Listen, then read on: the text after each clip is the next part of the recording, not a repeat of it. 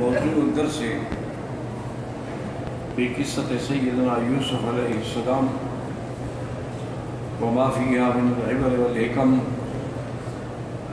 سورة يوسف تفسير ابن كثير. الحمد لله رب العالمين والصلاة والسلام على أشرف الأنبياء وسيد المرسلين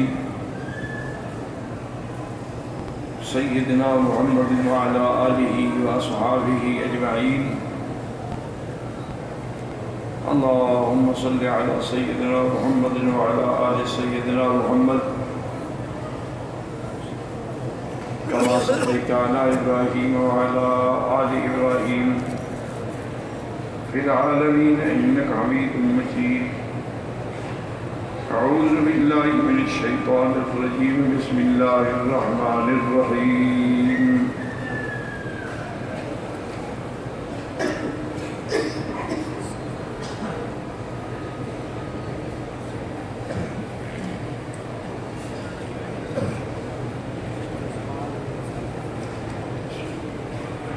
إذ قال يوسف لأبيه يا أبت إني رأيت 11 كوكبا والشمس والقمر رأيتهم لي ساجدين. قال يا بني لا تقصص رؤياك على إخوتك فيكيدوا لك كيدا إن الشيطان للإنسان عدو مبين. وكذلك يجتبيك ربك ويعلمك من تأويل الأحاديث ويتم نعمته عليك وعلى آل يعقوب كما أتمها على أبويك من قبل إبراهيم وإسحاق إن ربك عليم حكيم. اللہ تبارک و تعالی نے کلام مقدس میں سورۃ یوسف کے اندر جو ارشاد فرمایا تھا کہ نحن نقص علیک احسن القصص، اب وہ اس قصے کی بنیاد شروع ہوتی ہے کہ حضرت یوسف علیہ السلام نے اپنے والد سے یہ عرض کیا کہ ابا جان میں نے خواب دیکھا.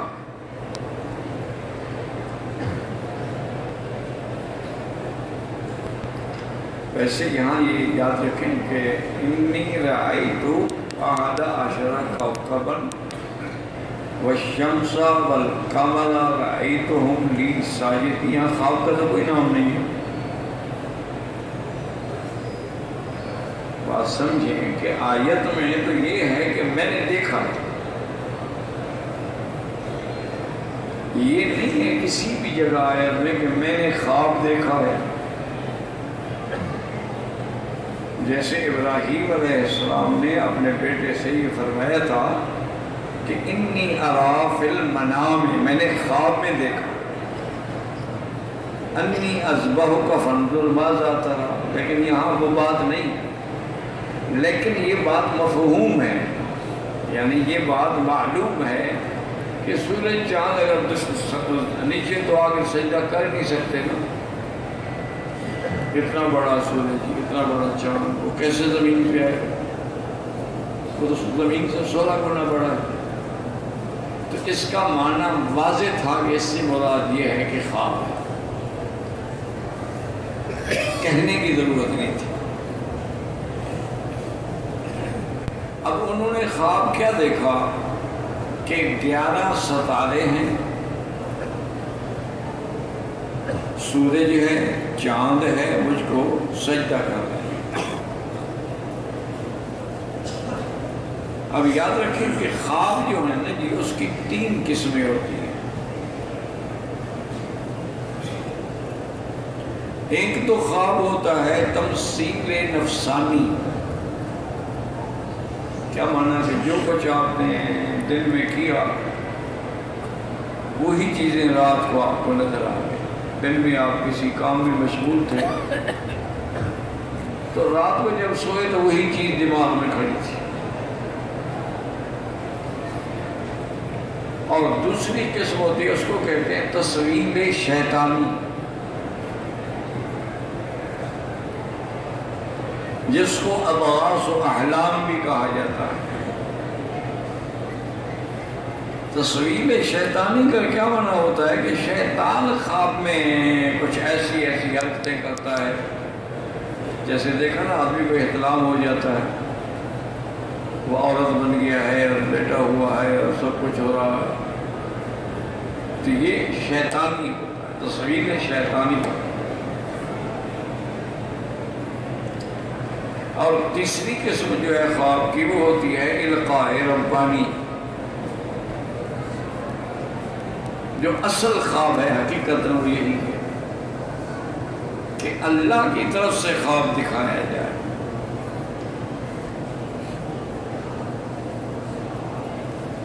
اللہ تبارک و تعالی اس کو خواب میں کوئی چیز دکھائیں تو اس کے لیے یہ یاد رکھیں کہ جیسے جیسے مرتبہ ہوگا اتنا خواب سچا ہوگا۔ اگر انبیاء میں سے اللہ کے نبی نے خواب دیکھا ہے وہ 100% سچے، یا اللہ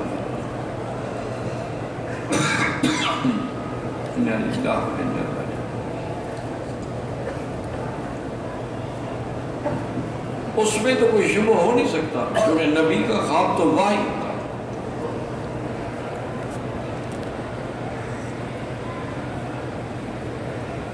اسی لیے جب حضرت ابراہیم علیہ السلام نے اپنے بیٹے سے یہ فرمایا تھا کہ میں نے خواب میں دیکھا ہے، ارا فی المنام انی اذبحک، میں آپ کو ذبح کر رہا ہوں، فانظر ماذا تری، اب تم غور کرو، ٹھنڈے دل سے سوچو اور دیکھو کہ تمہاری اب کیا رائے ہے۔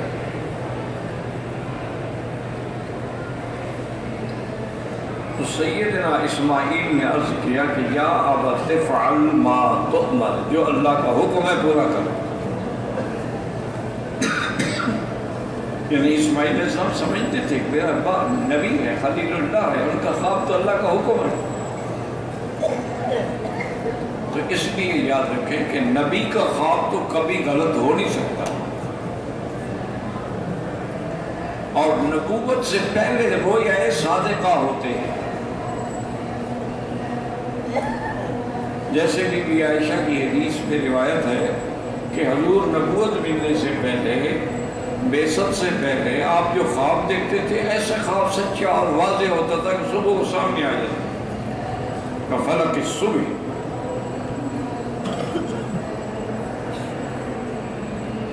اچھا، اب نبی کے بعد اولیاء اللہ ہے تو جتنا مقام اونچا ہوگا اتنا خواب سچا ہوگا۔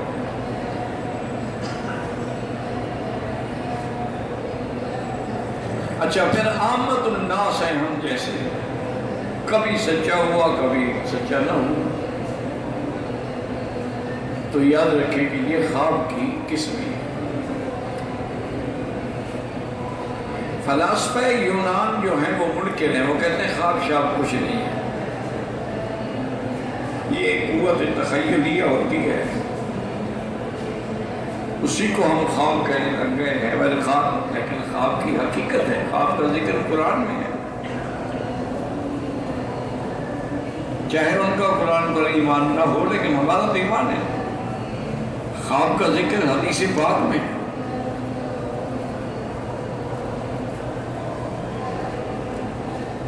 حضور پاک نے جتنے خواب دیکھے، جیسے کہ آپ نے دیکھا ایک دفعہ بی بی ام سلیم کے گھر میں آپ سوئے ہوئے تھے، دن میں خواب دیکھا، حضور اٹھے، بیدار ہوئے اور فرمایا کہ ام سلیم آج مجھے اللہ نے دکھلایا ہے کہ میری امت میں کچھ لوگ ایسے بھی ہوں گے یرکبون علی سبد البحر، وہ دریاؤں کی پشت پہ یعنی کشتیوں پہ سوار ہو کے جہاد کریں گے اللہ کے لیے. فرمایا ان کا مقام ایسے ہوگا جیسے اصحاب بدر کا مقام. تو بی بی صاحبہ بھی عقل والی تھی، انہوں نے کہا حضور دعا مانگی اللہ مجھے بھی شامل کر دے. فرمایا انت منہم، تم بھی ان میں. بعد میں ایک اور صحابی نے کہا بس اب جس کو اللہ چاہیں گے وہ ہو. اور اللہ کی شان دیکھیں کہ یہ بحری بیڑا جو ہے نا سب سے پہلے حضرت معاویہ نے بنایا رضی اللہ عنہ. اس سے پہلے مسلمانوں کے پاس کوئی بحری بیڑا نہیں تھا. اور سب سے پہلے جہاد کے لیے جو روانہ ہوئے ہیں وہ یزید ہیں. یزید ابن سفیان ہیں، حضرت معاویہ کے بھائی ہیں. حضرت معاویہ بھی ابن سفیان ہے، یزید ابن معاویہ نہیں ہے، یہ ابو سفیان کے بیٹے حضرت معاویہ کے بھائی ہیں. سب سے پہلے انہوں نے جہاد کیا کافروں کے خلاف بحری بیڑے پہ سوار. تو خواب تو ایسے ہوتے ہیں نا، انبیاء کے خواب تو پھر حقیقت ہوتے ہیں. اسی طرح حضور لیٹے ہوئے تھے اور خواب دیکھا تو بڑے اداس ہوئے. بی بی نے عرض کیا حضور، بی بی مسئلہ میں کہ حضور آپ تو پریشان ہو گئے. فرمایا ہاں میں نے خواب دیکھا ہے. مجھے ایک جگہ دکھائی گئی ہے، ایک زمین دکھائی گئی ہے جس کی ریت سرخ ہے. وہاں میرا نواسہ حسین شہید ہوگا. وہ کرب و بلا دکھائی گئی. تو ایک حقیقت نبی کا خواب، وہ تو کبھی غلط ہو نہیں سکتا. نبی کا خواب تو جتنا جیسے نبی سچا ویسے خواب سچا.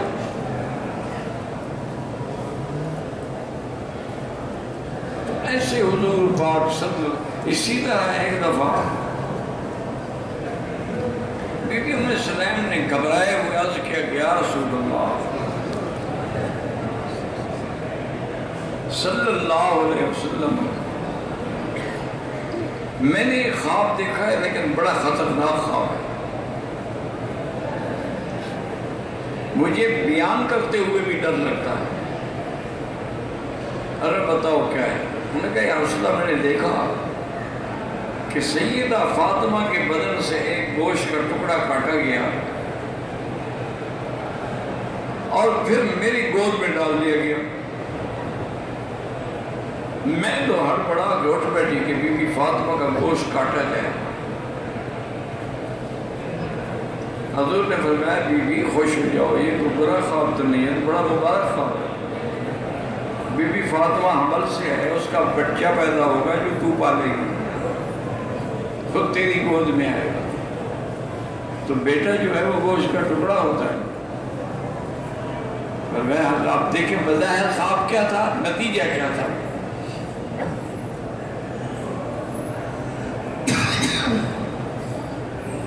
اسی طرح ایک دفعہ بی بی زبیدہ نے جو ہارون الرشید بادشاہ کی بیوی تھی، اس نے ایک خواب دیکھا اور وہ بڑی عابدہ زاہدہ بڑی صالح عورت تھی. ملکہ تو تھی لیکن بڑی نیک عورت تھی. وہ تو جناب صبح نماز پڑھ کے رونے بیٹھ گئی. ہارون الرشید نے کیا بات ہے؟ میں نے خواب دیکھا ہے لیکن بڑا خطرناک خواب، میں بیان نہیں کر سکتا. اور بتاؤ تو صحیح نا، آخر کوئی بتاؤ گی تو کوئی تعبیر کا مسئلہ سوچیں گے. اس نے کہا بادشاہ میں نے یہ دیکھا ہے کہ ساری دنیا کے لوگ تو لوگ ہیں، جانور بھی میرے ساتھ جمع کر رہے ہیں. جانور، گھوڑے، گدھے، ہر قسم کا جانور.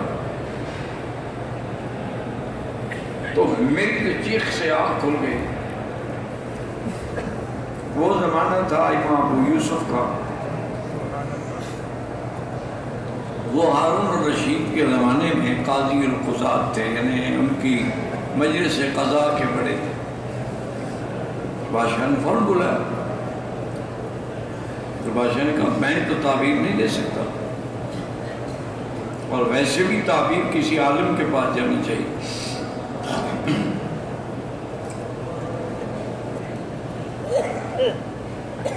اب جب وہ ابو یوسف آئے تو بی بی صاحبہ پردے میں تھی، ان نے خواب سنایا تو ابو یوسف مسکرائے، انہوں نے کہا بادشاہ مبارک ہو، یہ تو بڑا اچھا خواب تھا۔ اس نے کہا اس کی رو رو کے جان نکل گئی اور تم کہتے ہو اچھا خواب ہے۔ اس نے کہا بی بی سے اللہ ایسا کام کرائیں گے کہ انسانوں کے علاوہ جانوروں کو بھی فائدہ ہوگا۔ جمع کرنا جو ہے فائدہ اٹھانا ہے نا، خاوند بیوی سے فائدہ اٹھانا ہے۔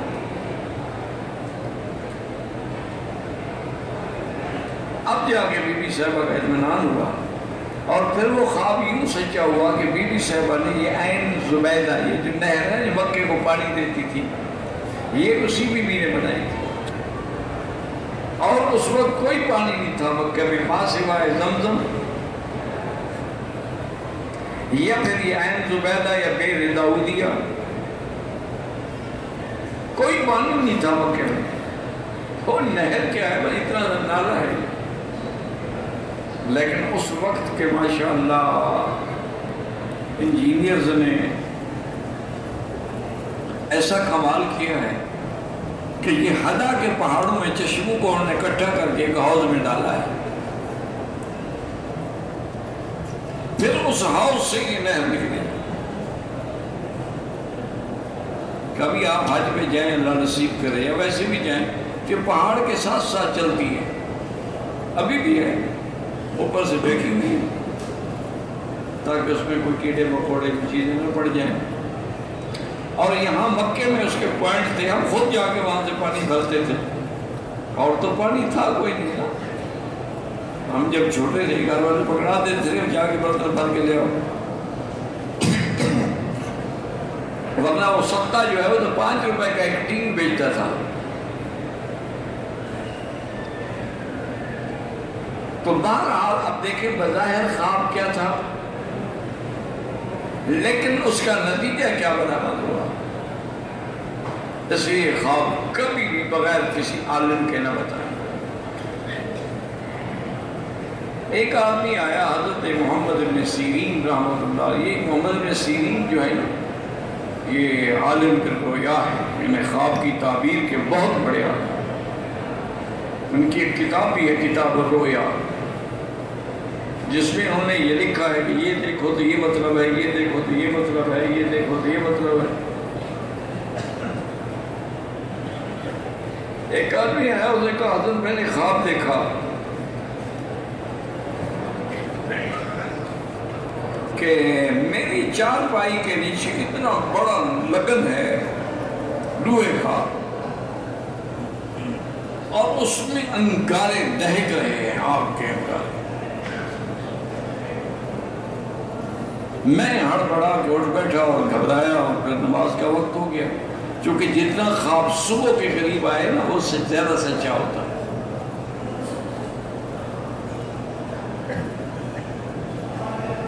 تو آپ نے فرمایا اچھا بھائی تمہیں مبارک ہو، تو بڑا اچھا خواب، تمہیں بہت جلد کوئی خزانہ ملنے والا ہے جس میں بڑی دولت ہو۔ تو خوش ہوگی چلا گئی۔ اللہ کی شان یہ ہے کہ 6 مہینے بعد یا کچھ عرصے کے بعد ایک اور آدمی ہے،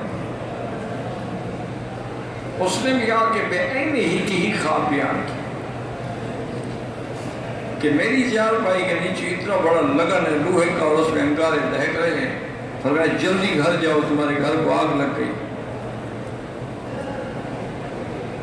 وہ تو خیر چلا گیا، لیکن شاگرد جو تھے نا حجت ہوتی ہے شاگردوں کو استاد سے، انہوں نے کہا حضرت آپ بھی بادشاہ ہیں۔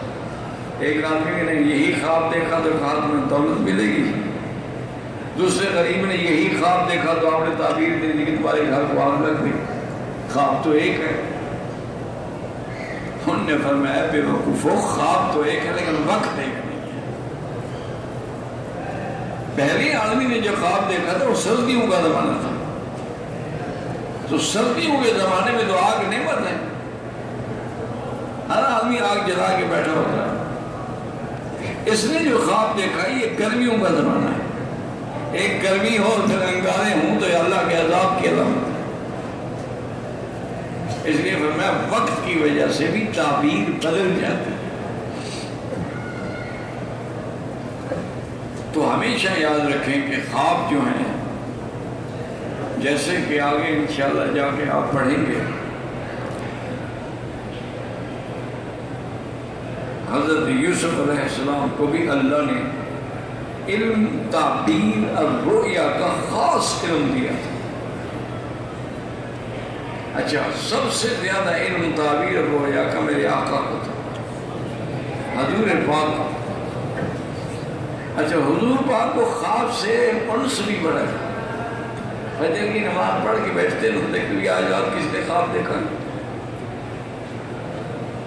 صحابہ کہتے کہ ہاں دیکھا ہے، تو میں اچھا خواب بیان کروں۔ کبھی وہ خواب بیان کرتے تو آپ فرماتے صدیق کانپتے، ابو بکر صدیق سے کہتے تھے کہ تعبیر دو۔ حضرت ابو بکر بھی بڑے ماہر تھے تعبیر،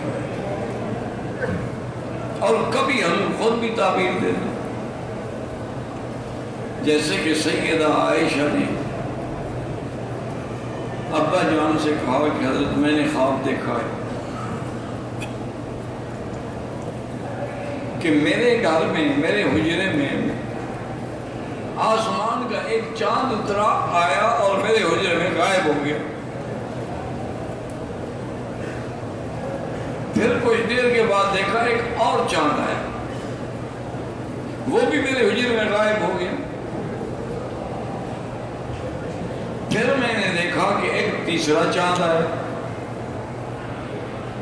وہ بھی اسی طرح اندر چھت سے آیا، چھت سے اترا اور میرے حجرے میں غائب ہو گیا۔ میں حیران بیٹھی ہوں کہ 3 چاند آئے اور میرے حجرے میں آ کے دفن ہو گئے، گم ہو گئے۔ تو حضرت ابو بکر چپ کر گئے، کوئی تعبیر نہ دی۔ جب سرکار دو عالم، رحمت دو جہاں، فخر دو عالم، محبوب دو عالم، حضرت محمد مصطفیٰ صلی اللہ علیہ وسلم کی وفات ہوئی اور آپ بی بی عائشہ کے حجرے میں دفن ہوئے، تو اب صدیق نے آ کے فرمایا کہ عائشہ ھذا اول قمر من اقمار، یہ تیرے 3 چاندوں میں پہلا چاند تو آ گیا۔ اب پھر ابو بکر دفن ہوئے، دوسرا چاند آ گیا۔ اس کے بعد حضرت عمر دفن ہوئے تو تیسرا چاند آ گیا۔ تو اس لیے تعبیر رؤیا جو ہے یہ بھی ایک علم ہے، اگر نہ آتا ہو کبھی تعبیر نہ دو، اس کو نصیحت کر دو کہ بھائی کسی اور عالم کے پاس چلے جاؤ، چونکہ ایک علم ہے نا، ضروری تو نہیں کہ ہر آدمی وہ علم جانتا ہو۔ تو اب یہ خواب جو ہے یہ دیکھا ہے سیدنا یوسف نے، اور یوسف کون ہیں؟ ابن یعقوب ہیں، جس کی تعریف میرے آقا نے یوں کی، الکریم ابن الکریم ابن الکریم ابن الکریم۔ او کرم شان والا، پھر شان والے کا بیٹا، پھر شان والے کا بیٹا، شان والے کا بیٹا۔ کریم اس کو کہتے ہیں جو دے اور لالچ نہ کرے۔ بعد نے کہا کریم وہ ہوتا ہے جو بن مانگے دیتا ہو۔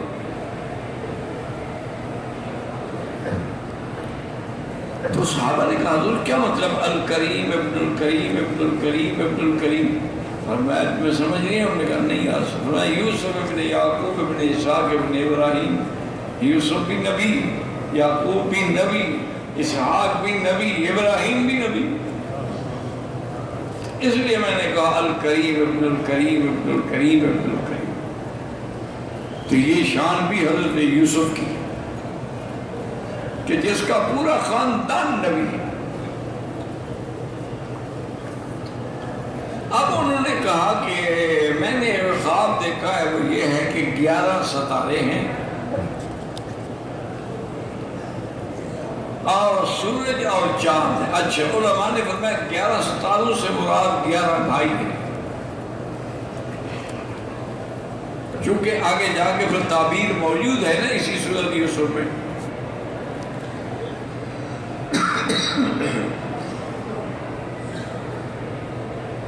اور شمس اور قمر سے مراد کون ہے؟ ہم نے کہا اس سے ان کی مراد والد اور والدہ۔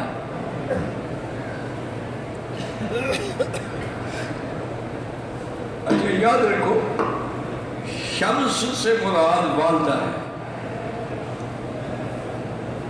قمر سے مراد والد ہے۔